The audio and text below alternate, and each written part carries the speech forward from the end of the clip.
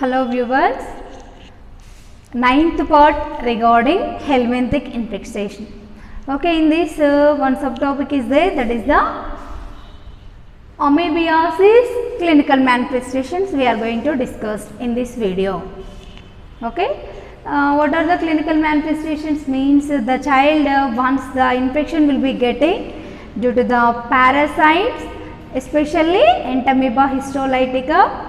Okay, due to that the child may be shows some clinical manifestations like acute diarrhea. Okay, the child will be having one problem, that is the many times excreted some stools. Okay, in this when you are observing stool of the children, okay, in that particular stool contain blood and some of the mucus. Okay, the mucus will be appearance in the stool and some blood will be appearance in the stool of the children who are affected by this infection of amoebiasis due to the Entamoeba histolytica. Next, the child will be having some pain in the abdomen. Another one is the sometimes when you are observing the children, the child will having the abdominal cramps. Another one is the liver enlargement. The child liver size will be increased. Next, another one is the liver tenderness. When we are observing or when we are assessing the children's, the child having the liver tenderness. Another symptom like tenderness at cecal part and rectosigmoid area. When we are assessing the children, the child having the tenderness in the cecum and rectosigmoid part. When you are assessing the children, the child shows altered body temperature or increased body temperature. Sometimes some children are showing some chills. Okay, they are not tolerate cool weather. Next, another one is the dehydration. Why? Because the child will be continuously excreted the stool, no? Okay, due to that reason the child will be lose fluids. Okay, when we are assessing a child, the child shows or the child having the dehydration. Okay, the body will be completely dehydrated. Another one is the altered sensorium. Once sometimes the infection will be easily spread to the some systems also, no?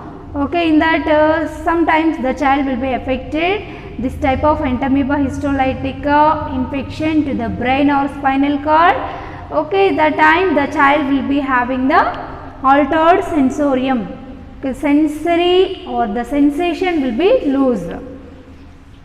There is no proper perception regarding any situation. Okay, sometimes some children are having the drowsiness, means continuously or excessive sleep. They are when you are observing a children, continuously they are going to sleep. Okay, these are the symptoms we are assessed when once the child will be suffering with the amoebiasis disease condition. Okay, next we are going to discuss about diagnosis of a amoebiasis disease condition. How we are diagnosis means depending upon the three steps, that is the history collection, physical examination, some of the diagnostic procedures or the investigations.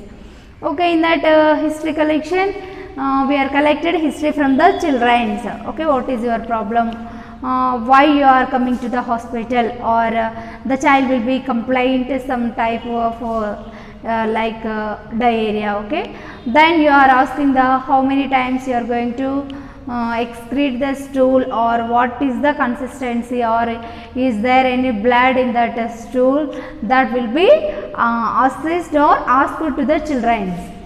Next, physical examination. Okay, in the physical examination we have to assess the general appearance of the child. Is there any dehydration, or is there any sensory loss, or is there any abdominal tenderness or abdominal pain, or liver enlargement, sometimes liver tenderness or sigmoid colon tenderness. Okay, these will be identified or assessed in the physical examination of a child. Okay, next we have to do the one investigation, that is the stool microscopic examination. Why we have to do this microscopic stool examination means for finding or for identification of Entamoeba histolytica parasite is there in the children's or children's intestine or not. Okay, by doing this type of stool microscopic examination, exactly we are identified what is the child condition. Next, another one is the sigmoidoscopy. Why? Because the child will be having the one symptom like sigmoid tenderness, no? Okay, that will be identified by doing the sigmoidoscopic examination. Okay, next one is the mucosal biopsy.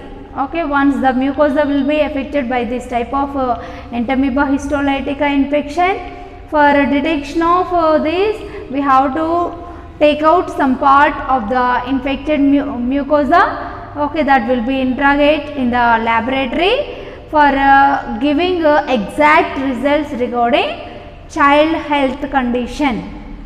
Okay, next another one is the USG ultrasonography. Why we have to do this USG means for identification of liver abscess.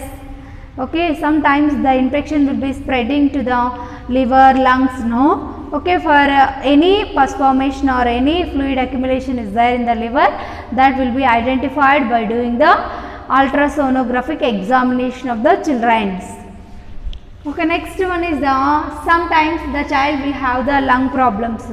Okay, for detection of lung problems, for identification of lung problems, we have to do the USG of the children's. Okay, we have to do the blood examination for identification of hemoglobin percentage. Is there any anemia disease condition or not? Why? Because from the stool the child will lose some blood, no? Okay, due to that the blood percentage will be less in the body. Okay, for any anemia detection we have to do the blood examination of the children's. Okay, these are the diagnostic procedures. Another one is the sometimes the infection not within the intestine. Sometimes the infection will be spreading to the extra-intestinal organs, no? Okay, in that extra-intestinal organs we have to do the serological test. Okay, for identification of any extra-intestinal infections. Okay, what is that serological test means? ELISA test. Okay, enzyme linked immunosorbent assay test for detection of any infection is there in the extra-intestinal part of the children's. Okay, these are the diagnostic procedures regarding children who are suffering with the amoebiasis disease condition. Next, we are going to discuss about management for the amoebiasis disease condition. Okay, in this management, first of all, we have to treat for the entamoebic Entamoeba histolytica parasitic infection will be controlled by administration of metronidazole. Okay, one is the metronidazole, another one is the tinidazole, another one is the chloroquine drugs. Okay, these are the major drugs for administration and for control of amoebiasis disease condition. Okay, metronidazole is very essential for the intestinal and extra-intestinal infection. Okay, both infection will be controlled by the only one drug, that is the metronidazole. Okay, next another one is the ornidazole and omidazole. Sometimes we have to administer the parmomycin. Okay, these are common drugs for the amoebiasis disease condition.